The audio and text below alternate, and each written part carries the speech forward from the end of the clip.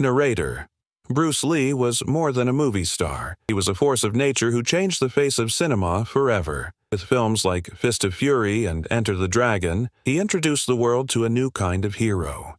Fast, fearless, and deeply philosophical, his unmatched speed, precision, and magnetic presence turned martial arts into a global phenomenon. But beyond the kicks and punches, Bruce Lee was a thinker, a philosopher who founded Jeet Kune Do, a hybrid martial arts philosophy built on freedom, adaptability, and truth. His life burned bright but ended far too soon. On July the 20th, 1973, while at an actress's apartment in Hong Kong, Lee complained of a headache. He took a painkiller and lay down to rest, but never woke up. He was only 32 years old. The coroner ruled his death as death by misadventure, caused by an allergic reaction that led to severe brain swelling. His sudden passing at the height of his fame left the world stunned and sparked decades of speculation. Today, Bruce Lee rests in Seattle's Lakeview Cemetery beside his son, Brandon. His ruby-red headstone bears his image, his name in English and Chinese, and the yin-yang symbol, a perfect reflection of balance. Beneath it reads the words, "Your inspiration continues to guide us toward our personal liberation. It remains one of the most visited graves on Earth, a tribute to a man whose spirit still inspires millions." Narrator. Brandon Lee, the son of the legendary Bruce Lee, inherited not only his father's charisma but also his raw intensity. He was on the verge of carving out his own destiny with breakout roles in films like Rapid Fire and The Crow. As Eric Draven, the Gothic anti-hero seeking vengeance, Brandon showed emotional depth and magnetic screen presence. It was the role that would have made him a superstar, but tragedy struck again. On March 31, 1993, during the filming of The Crow, a prop gun malfunctioned. A fragment from a dummy cartridge lodged in the barrel was propelled like a real bullet when a blank round was fired. Brandon was struck in the abdomen. Despite hours of surgery, he passed away at just 28. His death led to sweeping changes in gun safety protocols across the film industry. Brandon now rests beside his father in Seattle, their graves side by side, a haunting yet beautiful symbol of a family's shared legacy. His dark granite headstone bears a quote from The Sheltering Sky, a passage chosen for his wedding invitations. "Because we do not know when we will die, we get to think of life as an inexhaustible well, a heartbreaking reflection for a man whose promise was cut short, yet whose spirit lives on in every frame he left behind."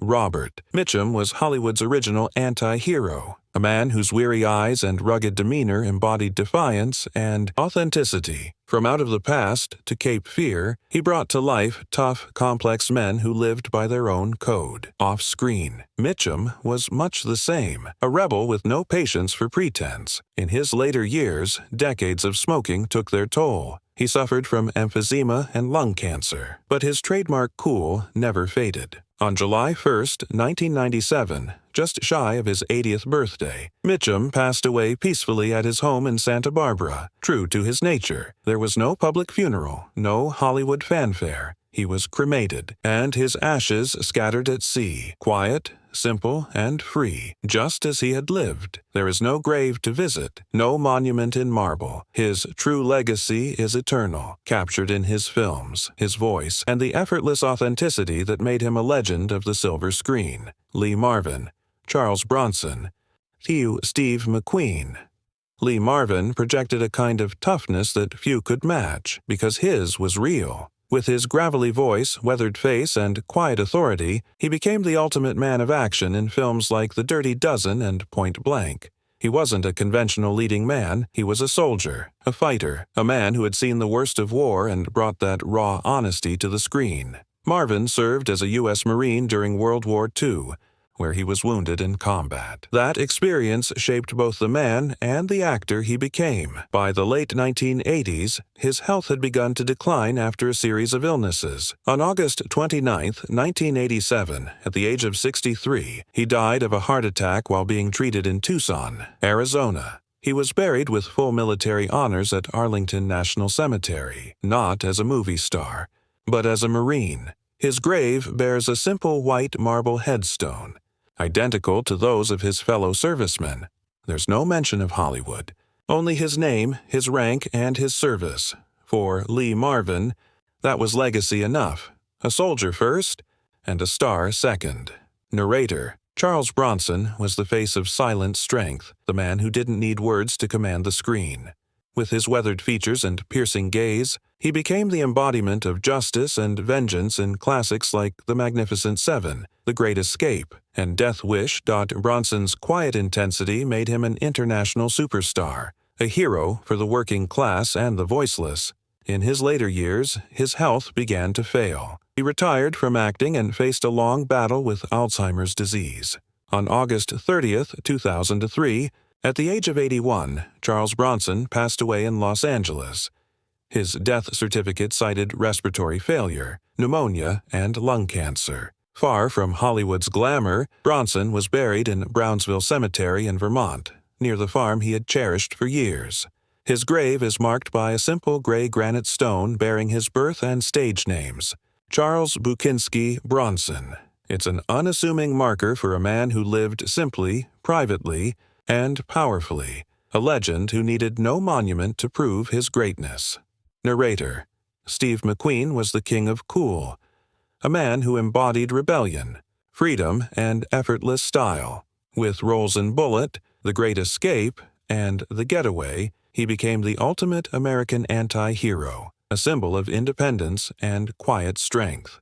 Off-screen, he was just as daring, a passionate racer who lived life at full throttle, often performing his own stunts and pushing every limit. In 1979, McQueen was diagnosed with pleural mesothelioma, a rare and aggressive cancer caused by asbestos exposure. Refusing to surrender, he pursued unconventional treatments in Mexico.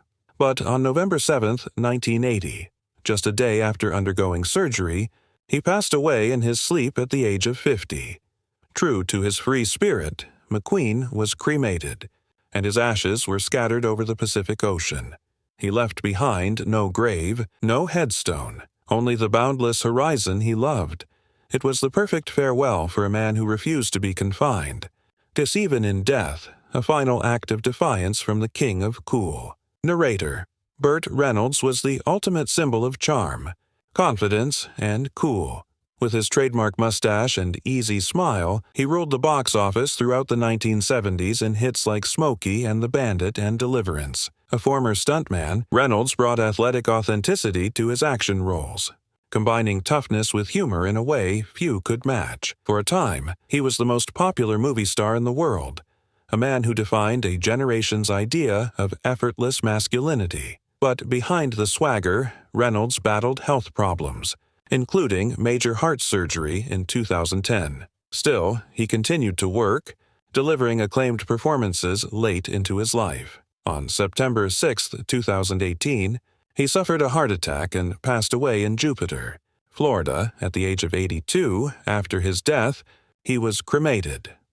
For more than a year, his ashes were kept privately until February 2021, when they were interred at the Hollywood Forever Cemetery in Los Angeles. A bronze bust of Reynolds, capturing his famous grin, now marks his resting place. It stands beside a tranquil lake, a fitting tribute to a man whose wit, warmth, and larger-than-life personality made him a true Hollywood legend. Narrator: Sir Christopher Lee was a towering figure of cinema, tall, commanding, and unforgettable. Over a career spanning more than 250 films, he brought intelligence and authority to every role he played, from Dracula in the Hammer horror classics to Saruman in The Lord of the Rings. Beyond the screen, Lee was a decorated World War II veteran, a trained opera singer, and even a heavy metal musician, a man of extraordinary depth and talent. In June 2015, at the age of 93, Christopher Lee passed away in a London hospital following heart and respiratory complications. His wife delayed the announcement for several days to inform family privately, a gesture that reflected his lifelong preference for dignity and privacy.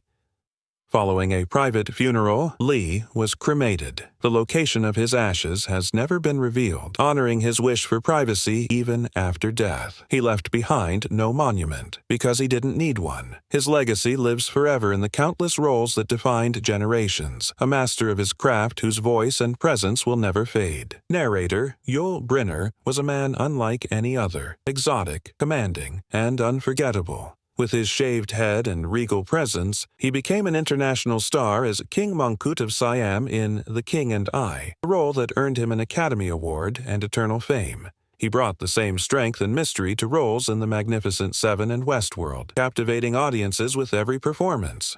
A lifelong smoker, Brynner was diagnosed with inoperable lung cancer in 1983. Rather than hide from his illness, he chose to warn others. In a powerful message recorded before his death, he looked directly into the camera and said, "Now that I'm gone, I tell you, don't smoke." It was released after his passing, a haunting, human farewell. Yul Brynner died on October 10, 1985, in New York City at the age of 65. He was buried in the cemetery of the Saint-Michel-de-Bois-Aubry Orthodox Monastery in France's Loire Valley. A quiet, remote resting place far from the spotlight, his grave, marked by a simple stone cross and plaque, reflects the peaceful, a spiritual side of a man whose power once dominated the stage and screen. Narrator Toshiro Mifune was Japan's greatest cinematic warrior, fierce, disciplined, and magnetic. His collaborations with legendary director Akira Kurosawa redefined world cinema, from Rashomon to Seven Samurai to Yojimbo. With his commanding presence and explosive energy, Mifune brought depth and humanity to the samurai, transforming him from a myth into a man. He was not just an actor, but a symbol of strength and honor, admired by filmmakers across the globe. In the 1990s, Mifune's health began to decline due to Alzheimer's disease, forcing him into seclusion. He passed away on December 24, 1997, at his home in Mitaka, Tokyo, at the age of 77. He was laid to rest at Kawasaki City's Mifune family grave, near his beloved hometown. His tombstone is simple yet dignified, inscribed with his name in Japanese characters. No grandeur, no fanfare, just serenity, fitting for a man who embodied the quiet discipline of the samurai spirit. Even today, his influence can be seen in every warrior who graces the screen. Narrator Richard Harris was a man of contradictions, poet, rebel, and artist. Born in Ireland, he rose to fame through powerful performances in films like This Sporting Life, Camelot, and later as the wise Albus Dumbledore in Harry Potter and the Philosopher's Stone. He was a man of immense talent and unstoppable energy, charming, fiery, and unafraid to live life loudly.